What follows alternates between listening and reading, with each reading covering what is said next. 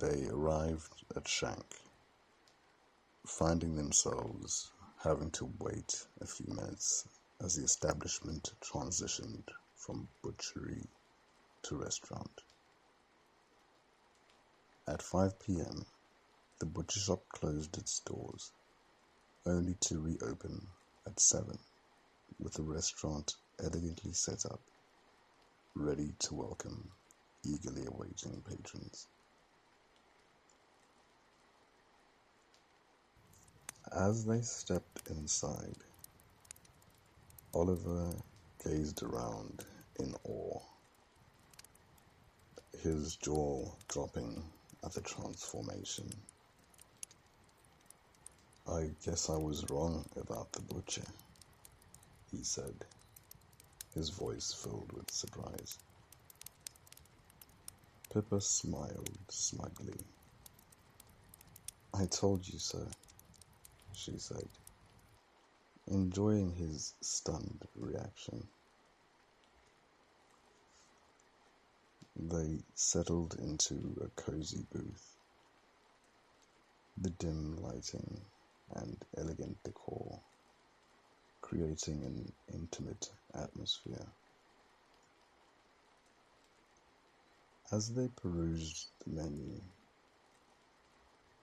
the conversation turned to the case, their voices hushed and serious. "So, what do you make of Menenzi's call?" Oliver asked, his eyes searching Pippa's. Pippa frowned, her anger resurfacing. "He's trying to intimidate us, to control the narrative," she said. "But I won't let him. We're going to find the truth, no matter what he does." As they spoke, their steaks arrived, each one a masterpiece of culinary artistry. The aroma of grilled meat filled the air, tantalizing their senses and whetting their appetites. Oliver stared at his steak in amazement, his eyes wide with delight. "This is incredible," he said, his voice filled with awe. "I've never seen anything like it." Pippa nodded in agreement, her mouth watering at the sight of her perfectly seared ribeye. "It's poetry on a plate," she said.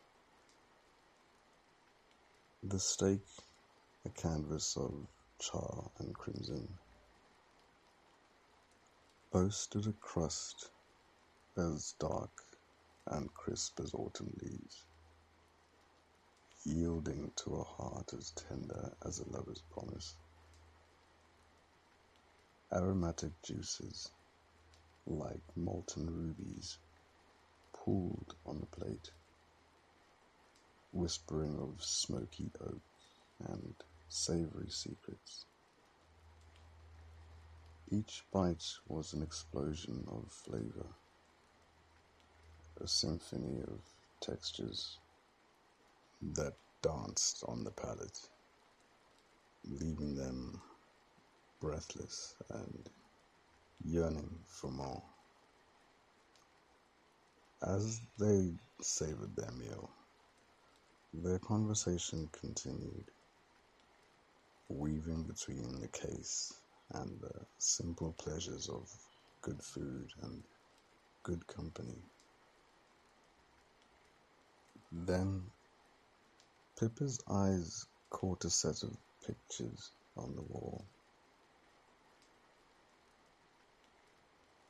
A photo caught her eye, a few candid shots of Dimitri and a teenage girl hanging on the wall, captured in moments of shared laughter and affection.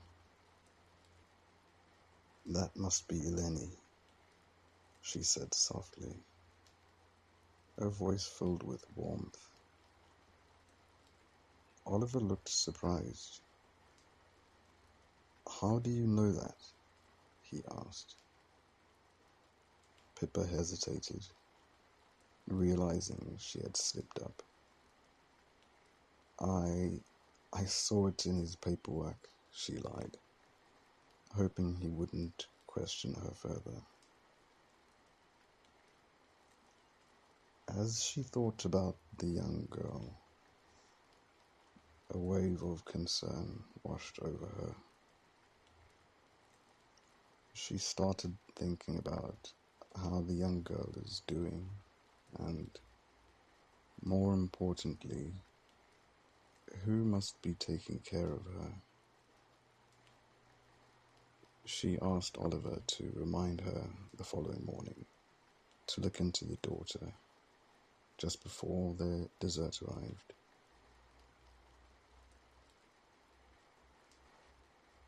A few days later, with Dmitri having earlier pleaded not guilty to the charge of attempted murder, Pippa was no closer to connecting him to Andrew with a logical motive. In fact, Dmitri seemed to have no motive at all. She had to prove his guilt. Oliver, ever observant, noticed Pippa's growing anxiety. He had never seen her panic before, and it was unsettling to witness. "Don't do that," he said softly, breaking the silence. Pippa looked up, her eyes filled with frustration and doubt. "Do what?" she asked. "Panic," he said. "You're too good for that, Pippa. You're stronger than this." She looked at him, a faint smile gracing her lips. "Thanks, Oliver," she said. "I needed that." Pippa confessed that she was going in blind and would make a mockery of the justice system and her shot at district attorney if she steps up to this and Dmitri chooses not to talk in his defense. They have nothing. "I can't win without the truth, and the truth, it seems, is with Dmitri," she said. Oliver nodded, his expression thoughtful. "You know what we have to do, Pippa," he said, his voice gentle but firm. Pippa sighed, the weight of her decision pressing down on her. "I know," she said, her voice filled with resignation. "We have to offer him a plea deal." Pippa nodded slowly, a sense of determination returning to her eyes. "Arrange the meeting with Menzies, Oliver. It's time to see if we can find a way to resolve this without going to trial." As Oliver turned to leave, Pippa stopped him. "Wait," she said. "You forgot to remind me about Dimitri's daughter." Oliver palmed his head in frustration. "I didn't forget to remind you, Pippa," he said, his voice apologetic. "I actually forgot to tell you. I did the research myself, as my job dictates." He hesitated, his expression troubled. Eleni is in a very poor condition. She has some rare birth defect of some kind. It requires constant medical care. The situation isn't nice at all. If he goes away, who's going to take care of her? Pippa closed her eyes. A wave of sadness washing over her. Poor Dimitri, she whispered, her voice laced with sympathy. She thought about Kelvin, about their relationship, about the sacrifices they had both made. He was a good man, but he could never truly understand what Dimitri must be feeling. The depth of his love for his daughter, the burden of his responsibility.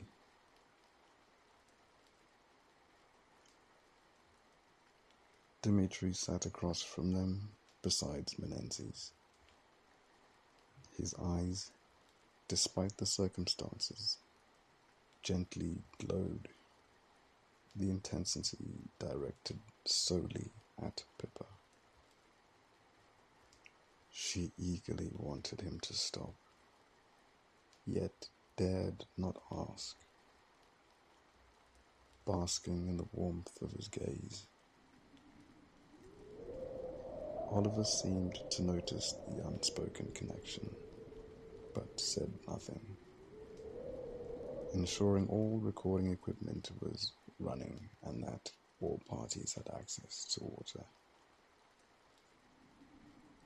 Salvador, on the other hand, smelled like he was made of strawberry leather after being dipped in honey, an overpowering scent that grated on Pippa's nerves.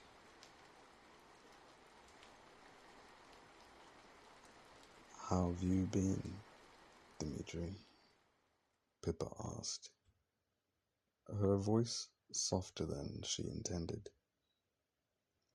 Salvador shut it down instantly, his voice sharp and dismissive. "Enough of that, Mrs. Conway. The man is wearing an orange jumpsuit. That's how he's doing. Let's cut the pleasantries." He leaned forward, his eyes glinting with predatory amusement. "So, Pippa, what are we doing here? Come out with it. Beg if you want to beg, but be quick about it. My time is valuable." Pippa seethed inwardly, her carefully constructed composure threatening to crumble. She felt like a puppet dancing on strings, manipulated by forces beyond her control. The truth was, she felt out of her depth, adrift in a sea of uncertainty and doubt. She had always prided herself on her ruthlessness, her ability to compartmentalize her emotions and pursue justice with unwavering resolve. But now, she was torn between her desire to win, to secure her future as district attorney, and her growing conviction that something was terribly wrong. She was failing herself, betraying the very principles she had sworn to uphold. She was sacrificing her integrity at the altar of ambition, and the realization filled her with a profound sense of shame. She wanted to be ruthless, to bulldoze her way through the case, to twist the facts to fit her narrative. She wanted to secure a conviction, to prove her worth, to silence the doubts that gnawed at her conscience. She wanted to win, no matter the cost. But then she looked at Dimitri, at the quiet dignity in his eyes, at the subtle sadness that lingered around his lips. She saw a man who was more than just a suspect, more than just a pawn in a political game. She saw a human being with his own hopes, fears and dreams. And she knew that she couldn't sacrifice him for her own ambition. She couldn't condemn him based on flimsy evidence and circumstantial suspicions. She couldn't treat him like a monster when her gut told her he was a decent man caught in an impossible situation. She was torn between the relentless pursuit of a win, while upholding the need to treat Dimitri with dignity while not having any real evidence and no sign he's going to speak up for himself. Her vision of being ruthless was no longer appealing. But now she was afraid she would mess up completely. How could she stand in front of a judge and jury to claim his guilt without a motive, but while knowing of his pain? How could she stand there and claim it was all justified? How could she win without proof or belief? She was caught in a crucible of doubt, torn between her ambition and her conscience, between the relentless pursuit of justice and the quiet whisper of compassion. And she didn't know which path to choose. Pippa cleared her throat, trying to regain control of the conversation. She had appeared confident, decisive, even if she was still wrestling with doubt. Sitting in this room, we all know that Mr. Catalan planned and plotted to kill Mr. Walton, and attempted to follow through with it, but failed, she said, her voice firm and resolute. Menezes interrupted, his eyes glinting with amusement. What makes you think my client shot Mr. Walton, Mrs. Conway? He asked, his voice dripping with sarcasm. And if he did, what makes you think it was intentional? Perhaps it was a tragic accident. Pippa met his gaze, refusing to back down. We know that the two gentlemen had met and spoke at Shank prior to the incident, she said, her voice unwavering. They clearly had some sort of misunderstanding, and Mr. Catalan couldn't let it go. He lured Mr. Walton to the bridge.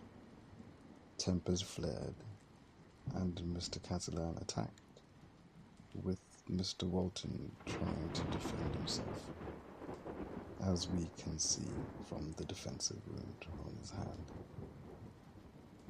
Menzies scoffed. If any of that were even remotely provable, Mrs. Conway, we wouldn't be here. We'd be preparing for trial, not discussing plea bargains. Pippa ignored the taunt, focusing on her objective. I don't want to waste the court's time with such a straightforward case. Her voice smooth and professional. That is why I'll make you and your client an offer. Pippa started speaking about attempted manslaughter, a complex charge on its own. Menzies, with a sly smirk, poured Dimitri a glass of water, saying, "Unintentional discharge." Clearly and slowly, Salvador leaned back, his eyes glinting with sinister amusement. "So, to be clear, Mrs. Conway," he said, his voice dripping with arrogance, "Mr. Walton is paying top dollar to make sure I make Mr. Catalan a free man. So, unintentional discharge of a firearm seems fair and proper, given the circumstances, as well as the fact that you wish to respect the court's time and all that other stuff you mumbled about earlier." The words hung in the air like a poisonous fog, chilling Pippa to the bone. The pieces of the puzzle suddenly clicked into place, revealing a truth far more complex and disturbing than she could have imagined. Walton wasn't a victim. He was orchestrating the entire charade. Oliver choked on his water, his face frozen with shock. Pippa went pale, her mind reeling from the implications of Menzies' words. She stared at Mr. Catalan, her eyes searching his for any sign of confirmation or denial. "Repeat what you just said, Mr. Menzies," she demanded. "I want to make sure I heard you correctly." Pippa stared at Dimitri, her eyes filled with a painful mix of betrayal and disbelief. The realization of the forces arrayed against her washed over her, leaving her feeling small and powerless. Menzies, sensing her vulnerability, leaned forward, his smile predatory. "Let me clarify, Mrs. Conway," he said. his voice smooth and condescending. I represent Mr. Catalan at Mr. Walton's behest. Pippa shook her head, her voice barely audible. Interesting, she murmured under her breath, trying to maintain a semblance of composure. She gathered her belongings, her movements stiff and mechanical. I'll talk to the DA and get back to you, she said, her voice devoid of emotion. As she reached the door, she paused, turning back to face Dimitri. Thank you, Mr. Catalan, she said, her voice dripping with sarcasm. And with that, she turned and walked out of the county building, leaving Oliver to unplug the recording equipment and pack up the remaining items on the table. When Oliver arrived at the car, carrying the box of equipment, he noticed Pippa's distant gaze. Did you ever notice how we drove by the crime scene every time we travelled to the hospital to see Mr. Walton? He commented, breaking the silence. Pippa shrugged, her voice flat. And so? Oliver emphasized the proximity of the crime scene. The bridge is a block away, Pippa, he said, his voice laced with disbelief. The man might as well have been shot inside the hospital lobby. Pippa stared out the window, her mind racing. He was lucky, she murmured. Maybe a bit too lucky.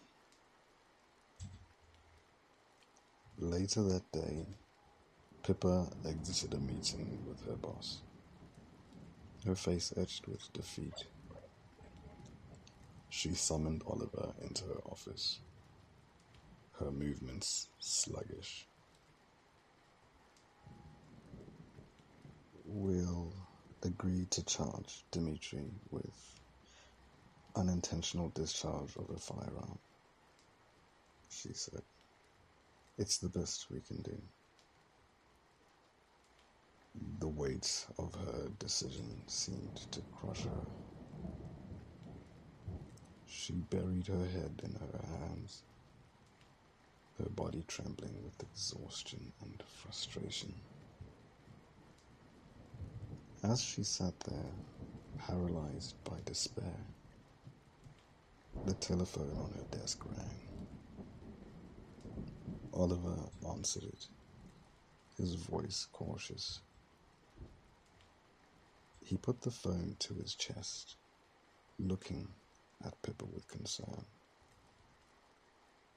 It's the accountant lady, Belinda, he said. She's asking if she can proceed with reporting the matter. Pippa didn't raise her head or move. She sighed deeply, her voice muffled by her hands. What do you think, Oliver? She asked. Oliver's eyes darted around the room. He knew that Pippa was at a crossroads, that her decision could have far-reaching consequences.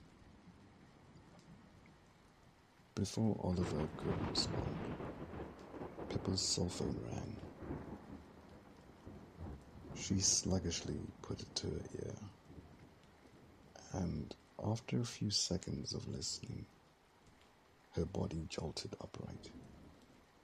She grabbed the receiver from Oliver and slammed it back into the mount, her eyes blazing with a newfound determination.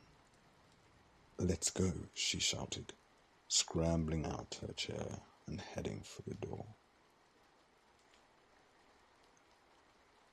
As Pippa blazed across town, weaving through traffic with reckless abandon, she informed Oliver. "We might be losing Andrew." Oliver, confused, asked, "Didn't we already lose him, Pippa?" Pippa shook her head, her eyes fixed on the road ahead. "I'm not referring to the case, Oliver," she said, her voice tight with emotion. "I'm referring to his life." When they arrived at the hospital, they found a scene of quiet desperation. Mrs. Walton stood with her arms crossed, talking to Mr. Menzies, her face etched with grief and exhaustion. The children were huddled together in chairs, comforting one another, their faces pale and drawn. Oliver whispered into Pippa's ear, "What are we doing here, Pippa?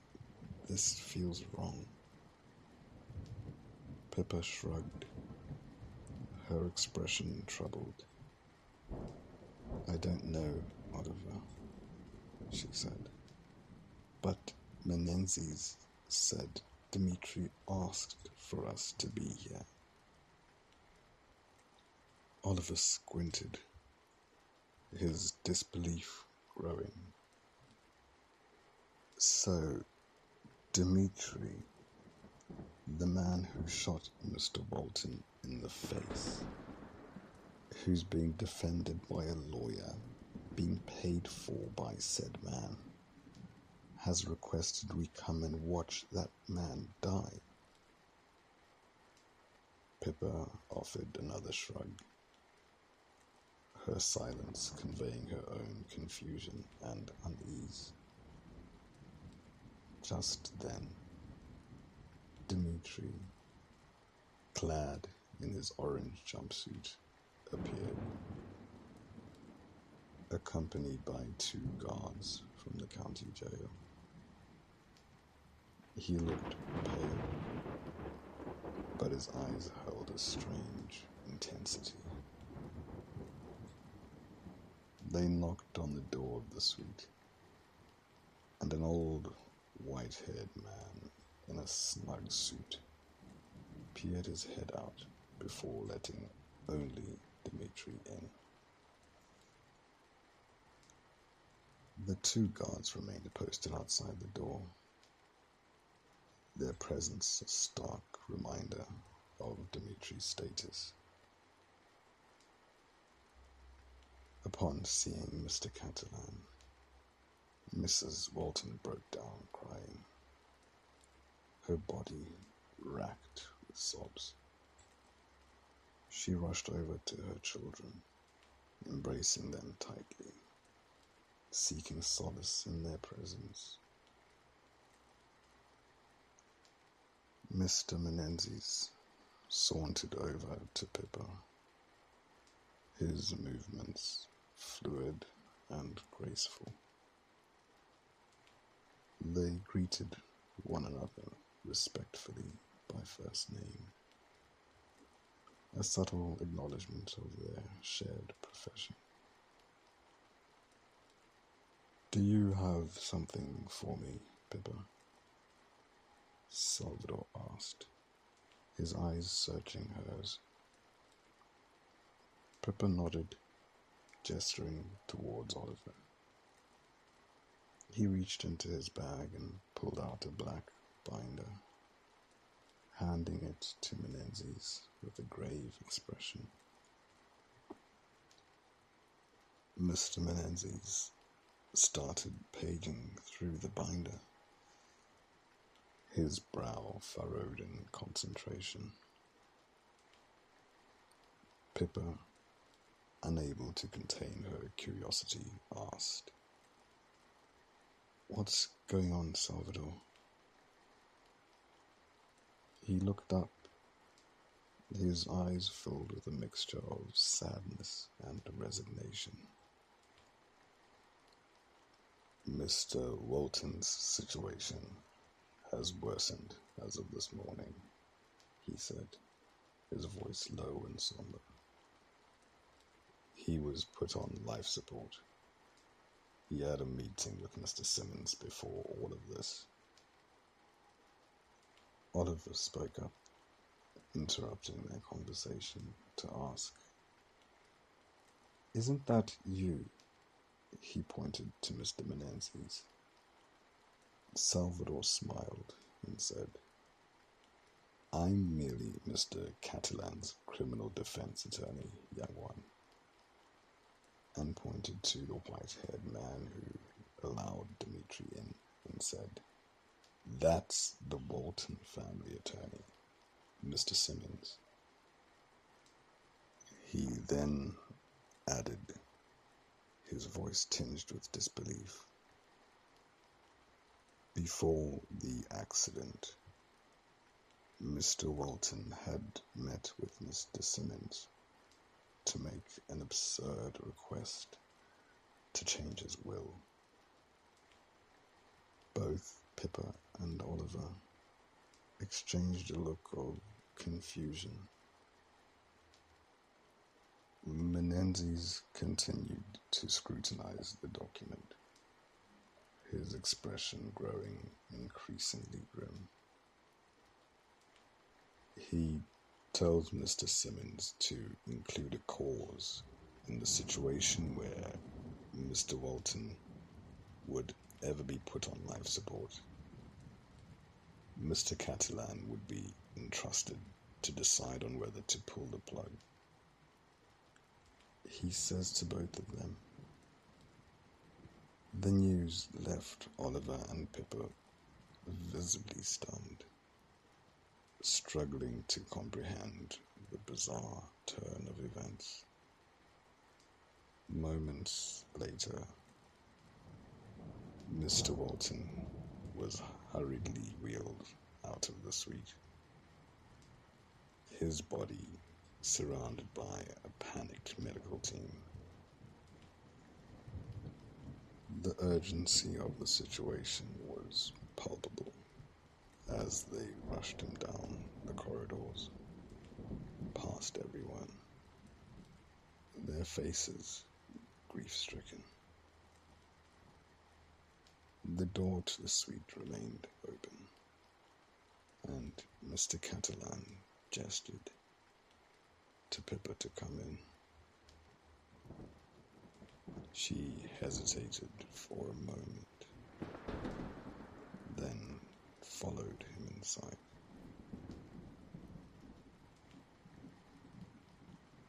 Before she could close the door behind her, Mr. Menendez peered in, holding the binder in his hand.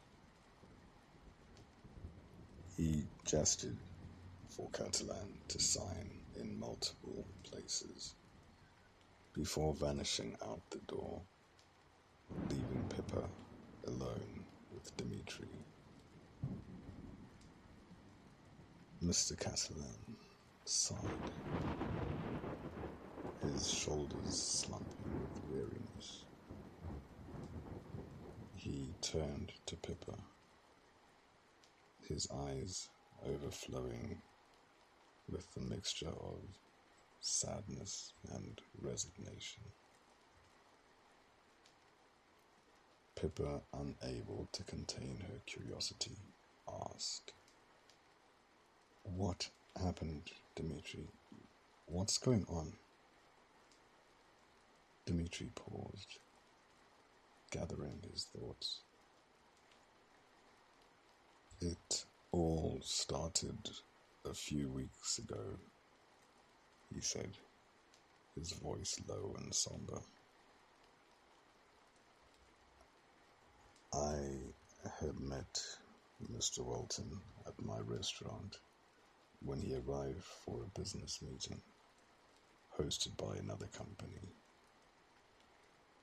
We ended up talking when he was on his way back from the bathroom.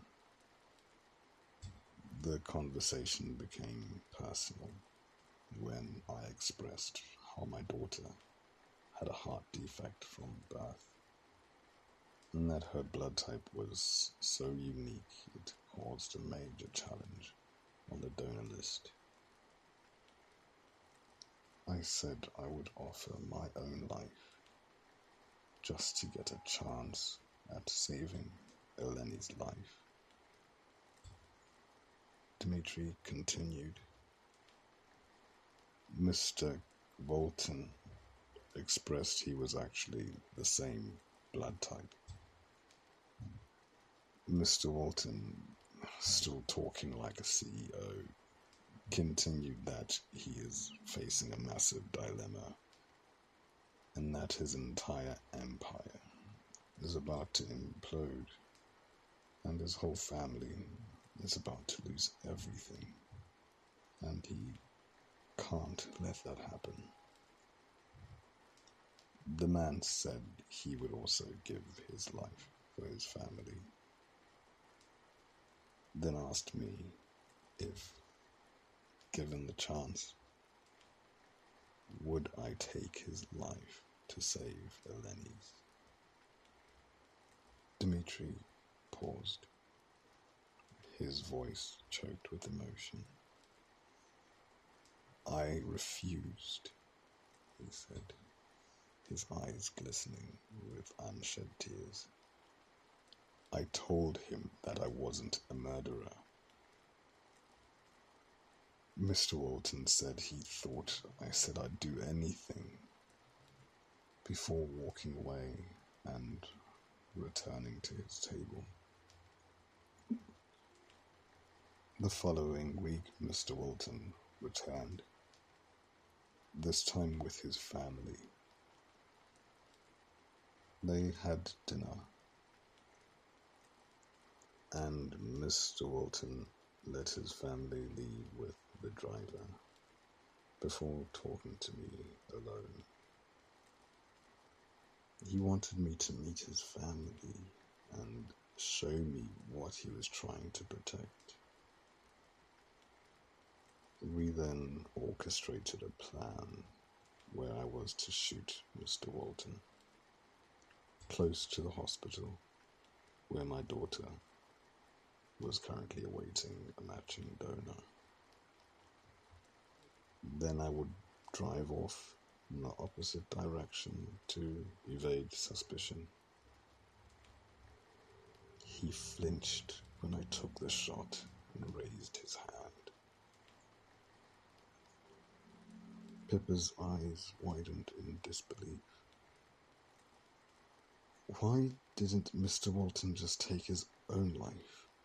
She asked.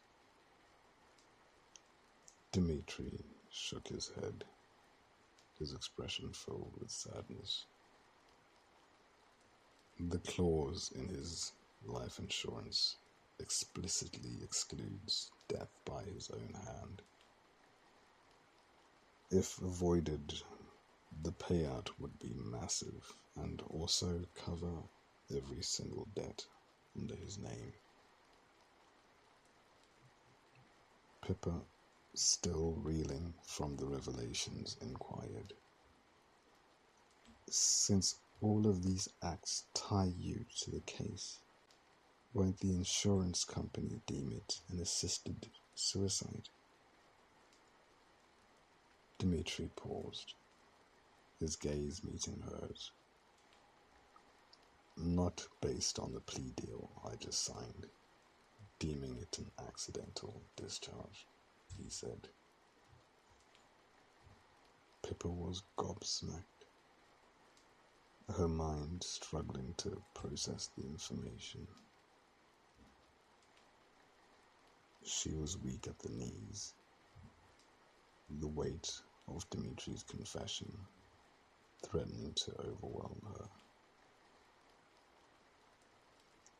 As if sensing her distress, Dimitri reached out, his strong arms enfolding her in a tight embrace.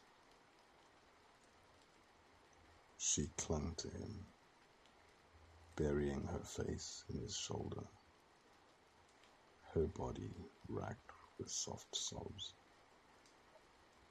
The pain of betrayal, the shock of the revelations, the sheer impossibility of the situation, all coalesced into a torrent of tears. Dimitri held her close, his touch gentle and reassuring. He knew the burden she was carrying, the moral dilemma she was facing. He wanted to ease her pain, to offer her comfort, but all he could offer was truth.